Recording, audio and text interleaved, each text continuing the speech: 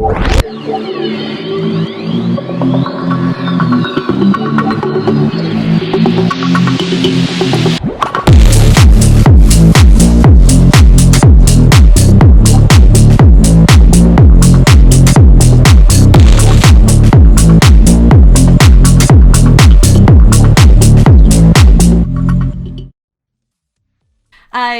got to watch a short film that was really powerful characters that say nothing at all, but manage to keep you at the edge on the edge of your seat. So, first things first. Let's get started. How did you end up doing cinema, doing short films?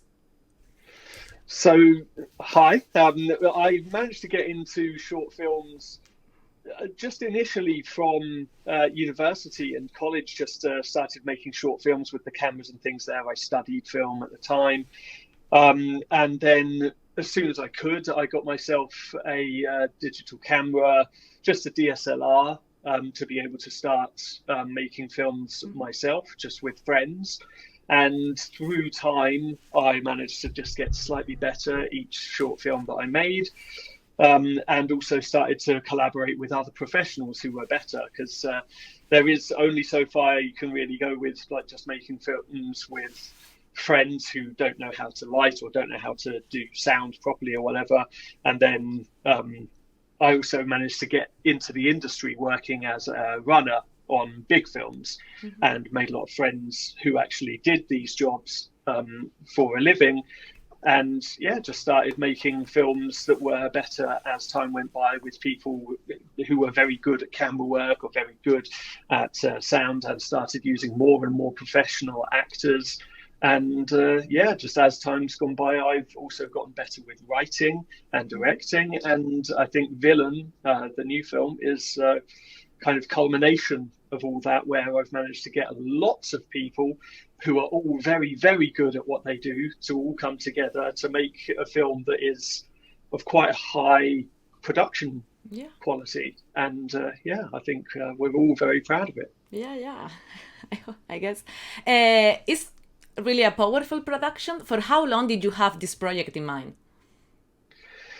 So it's based on a quite personal story that I've been trying to think of how to make it into a film for a while, for many years actually.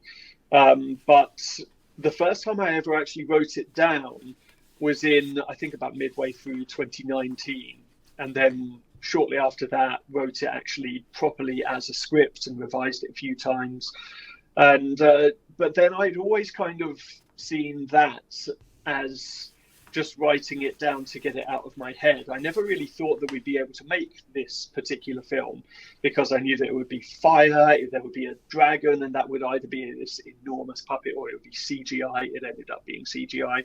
And there were just lots of elements that I thought would be very expensive or difficult. So I just kind of wrote it in 2019 and then just put it on the shelf, just thinking, maybe one day. But I never realized that the one day would be the next year, when the whole world shut down and suddenly there was an opportunity to develop it in with time and other people's effort that I never would have been able to have at any other point in my career. So yeah, it worked.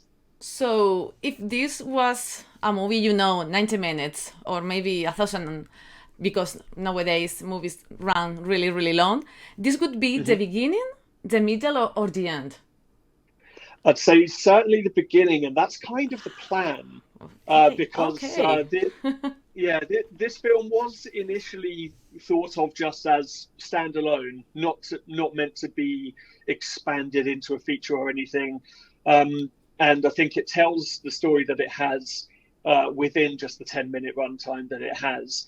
But then the further we got through it, the more I started wondering what would happen next to the characters, what would happen after, what would the world outside of the cave be like? Because it's a very enclosed world in this film. We see the main character's home, and then we see the dragon's home, and that's kind of it. But there is a world outside of that with more people and things. And I just started wondering what that would look like and how their reactions would be to, the existence of dragons and dragon people and things. Yeah. So I would like to expand the story into kind of what happens after this short film when they leave the cave and go into the wider world and meet more people and what the world responds to them with. I was just thinking when I watched it about the title and how we get to see a dragon, and then you have two kids, but the dragon gets slayed and everything turns into what would it be, right? So starting from there, but there is kind of like some skin issues and I wanted to ask, are they gonna turn into dragons? Please. Kind of, yeah. So full spoiler alert for the I will make an announcement at the end of everything. Yeah. So basically the idea is that the children are half dragon. They are themselves half dragon, but the dragon side of things is also meant to kind of represent anger and violence. Okay. So the more that we see the main character succumb to anger and violence as she does through the film, then by the end of it, then she's covered in scales, and it just kind of insinuates that she is going to become more, I guess, draconic as time goes by, because she is, instead of trying to take the route of peace to become closer to the little girl, she has taken the route of violence, because it's a very selfish violence as well, to make herself feel better, but it doesn't make her feel better. It just makes her more resentful, more angry, and more lonely. Effectively, they would just become, with more anger, they would become less human and more like the dragon. Yeah, because when you are watching it, it's like at first you are team poor kid, and with nothing else to lose, that goes into the cave, but then it turns that the beast is not so furious, it's not so monstrous, to say in a way. So who is the real villain? You get to ask that at the end of the short film, and then with the things that you're telling me, yes, because the eyes of the drake, they are like really kind at some point, and when all of that happen and they leave the cave, they've become murderers, really. Yeah. So, well, at least one of them has. Yeah. So basically, I never really. This is one thing I don't think came across quite as well as I would have liked it to. Is that I never wanted the dragon to seem kind. I just wanted it to seem old. I wanted it to basically be like, I can't be bothered anymore. Like I've done, I know I've done bad things, and I don't really feel anything about them. I wanted them to be nonchalant. Okay. That's kind of the feeling that I was trying to evince with the dragon, is that like Georgia, the main character, comes in, holds up the dead mother's ring, saying, you did this, and the dragon just goes, eh. So that's kind of the feeling that I wanted, is that she then becomes more angry because it just ignores. There is no response. Doesn't even like react. There's no fight. There's no anything. It's just like, whatever. I don't care. Okay. So, love the cast. How did you? How did you manage that? Well, as I said again, it's something that came with the pandemic. We developed it throughout the start of the pandemic. We got kind of very early on, just thought, okay, we've done all of the things around the house that we've been not doing for ages. Now we've got all of this time, what should we do? So we started developing this film that we thought would take us a very, very long time, and it did.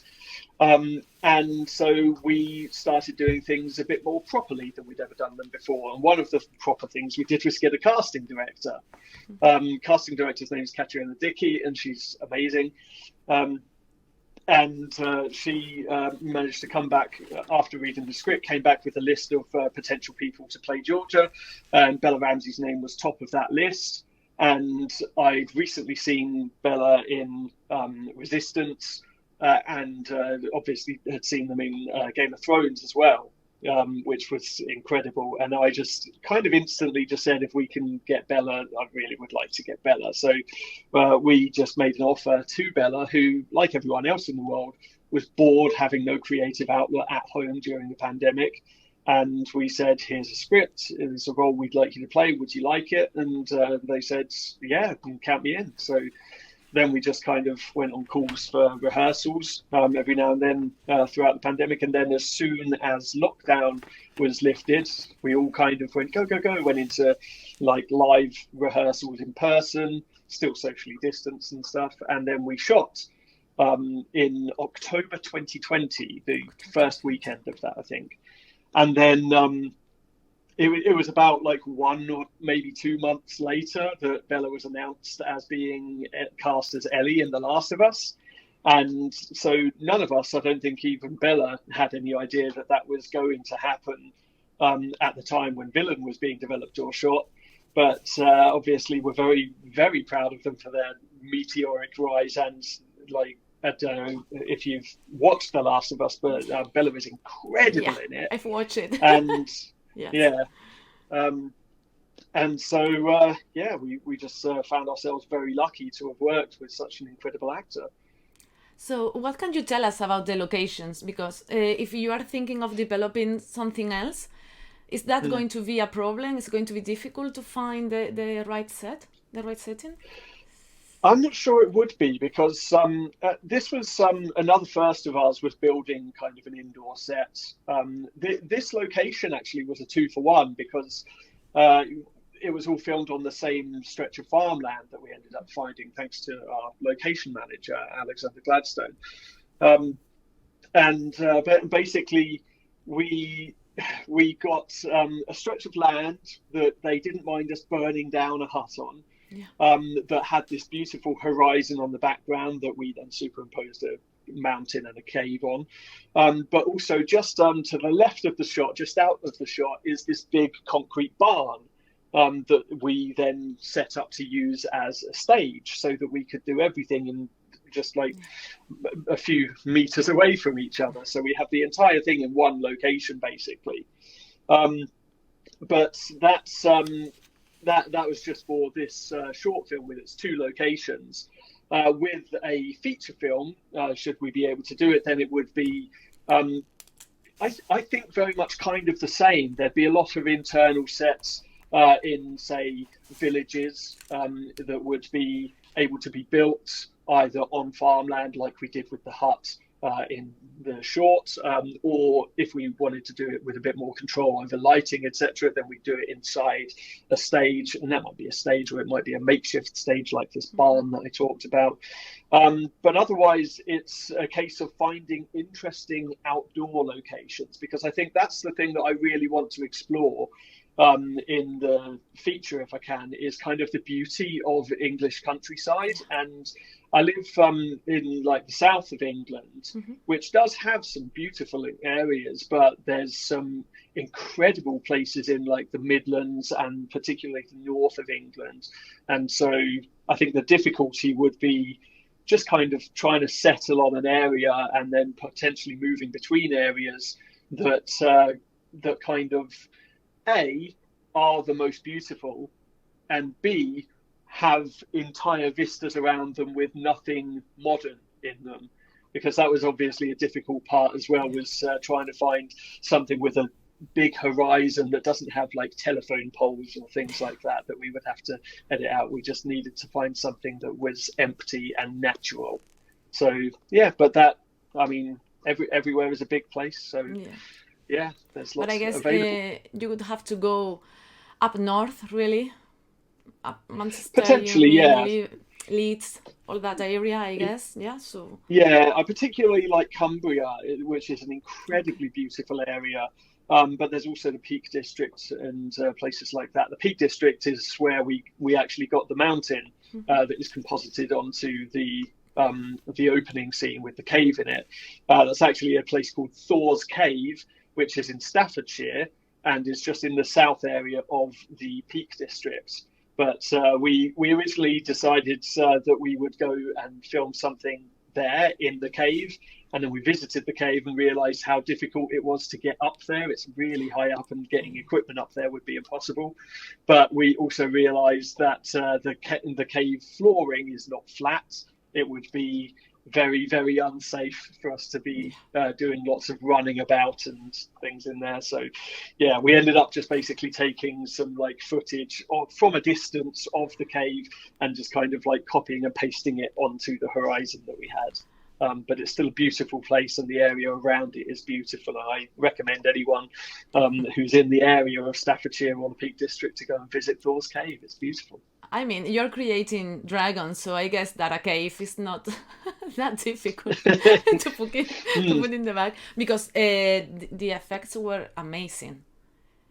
Yeah, we also got lucky with that again, largely because of the pandemic. We managed to find a very, very talented few VFX artists who had literally just before they had left very big companies to start their own company. So they were already very experienced and talented, but their new company had been formed just before lockdown. And so it didn't really have that much on their portfolio that they'd done by themselves. And so we came to them asking if we could have them do something big and like do like an animated, textured, moving dragon with emotional bits on its face and things. And they just said, that's the kind of thing we need for our portfolio. So they allowed us to basically have a massive, massive discount, because we also had the luck of having a very experienced VFX supervisor who also then promised to take them on to his next projects, and he got into some very big projects with like Lucasfilm and things like that. So we also then had to again basically just pay them as much as we could bit by bit as time went by, and allow them to just prioritize their bigger projects that came after lockdown, which meant we basically just said to them, we know that we can't pay as much as that kind of company, so you are fully allowed to just take your time and get back to us whenever you have the availability to do our short film. And that meant, unfortunately, but we managed to get a low cost, but we did have to wait for about 2 years. So it took a long time, but it was very worth the discount that we got, because otherwise we wouldn't have been able to afford it. But it's very, very good artists. Yeah, and the result is fantastic. I mean, for a short film, Thank you. You get amazed for the things that you're watching on the TV. So I really hope that you can get a feature film out of this. And I'm dying to watch it on the cinema. Yeah, to go to the movies and enjoy properly. Yeah, I think it would be a big screen thing to draw. So I do love watching things at home on Netflix and etc. But I also do really regularly go to the cinema, and I love films that really resonate on a big screen. And I think the kind of things where there's dragons and fire and that kind of bombastic thing on screen is certainly something that warrants a large and loud viewing experience as well. For sure, yeah, it's an experience, so we have to go to the movies, because we can enjoy Netflix at home anytime, but I guess once a week, maybe once a month, going to the movies is fantastic. So I really hope we can see it soon, and it's been truly a pleasure having you here. Let's hope we can talk in the future a little bit more when the feature film it's out.